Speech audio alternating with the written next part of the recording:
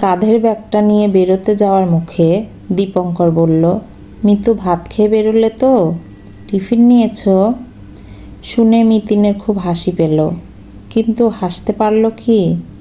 এখনও যে ওই মানুষটার মুখে মিতু ডাকটা শুনলে বুকের ভেতর কেমন একটা তিরতির করে ভালোবাসার স্রোত বয়ে যায়। ও মুখ না ঘুরিয়ে ঘাড় নেড়ে সম্মতি জানিয়ে, তোমার খাবার ডাইনিং টেবিলে ঢাকা দেওয়া রইল, ওষুধগুলো খেয়ে নিও খাবার খাওয়ার পর, বলে গেটটা টেনে বেরিয়ে পড়ে। বাস স্টপের দিকে এগোতে এগোতে মিতিনের বিগত দিনগুলোর কথা মনে হয়, দুমড়ে মুচড়ে দেয় ওর ভেতরটাকে। এক বন্ধুর দাদার বিয়েতে দেখা হয়েছিল ওদের। দীপঙ্কর ওর বান্ধবী বাসবীর দাদার বন্ধু।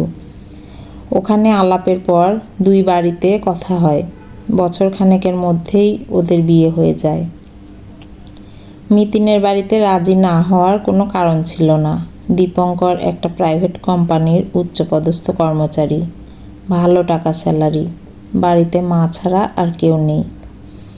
বিয়ের পর বেশ কাটছিল দিনগুলো।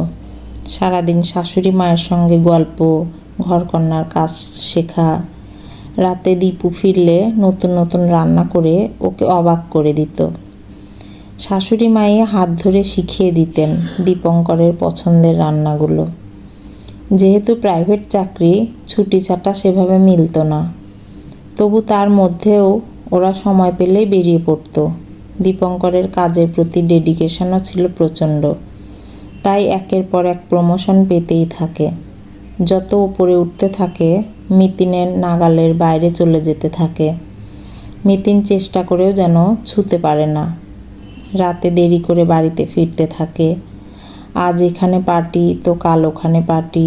প্রথম প্রথম মিতিনকে নিয়ে যেত, কিন্তু মিতিন ওসব জায়গায় ঠিক স্বাচ্ছন্দ্য বোধ করত না। আধুনিকতার নামে যদি মদ্যপ অবস্থায় অন্য পুরুষের বক্ষালগ্ন হয়ে বেলেল্লা পড়া করা হয়, অমন আধুনিকতায় মিতিনের বিশ্বাস নেই। ওর থেকে বাড়িতে বসে গল্পের বই পড়া, গান শোনা, এমনকি শাশুড়ি মায়ের সঙ্গে বসে টেলিভিশনে সিরিয়াল দেখাও ভালো। দীপঙ্করও ওকে আর নিয়ে যেতে চাইতো না। ওর কাছে মিতিন তখন গুড ফর নাথিং একটা মেয়ে। না আছে স্মার্টনেস, না আছে কোনো ক্লাস। তাছাড়া পার্টিতে ও তখন মধ্যমণি, অত বড় একটা কোম্পানিতে এইচআর হেড। তাই ওকে তোষামত করতে জুনিয়ররা তাদের সুন্দরী স্ত্রীদের নিয়ে ওর আগোপিছু ঘুরঘুর করত। বাড়িতে দেওয়ার মতো সময় দীপঙ্করের আর নেই।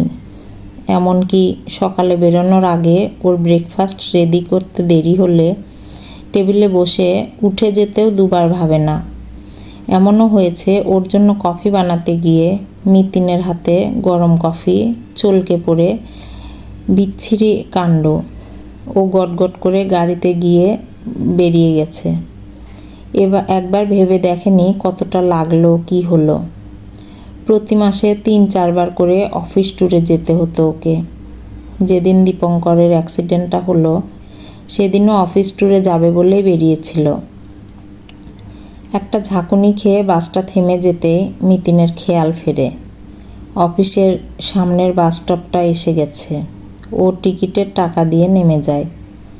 সেদিন দীপঙ্কর মালবিকা বলে কারো সঙ্গে যাচ্ছিল। মালবিকা শুধু নয়, আরও অনেকের সাথেই ও বাইরে ঘুরতে যেত।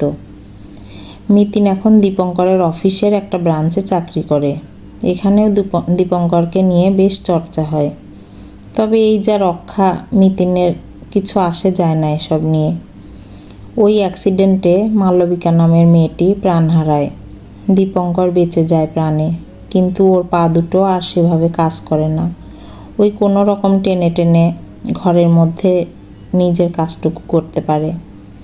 ঈশ্বর হয়তো এটাই চেয়েছিলেন, যাকে একদিন অনায়াসে অপদার্থ গুড ফর নাথিং বলে মনে করত, আজ তার করুণায় বেঁচে আছে।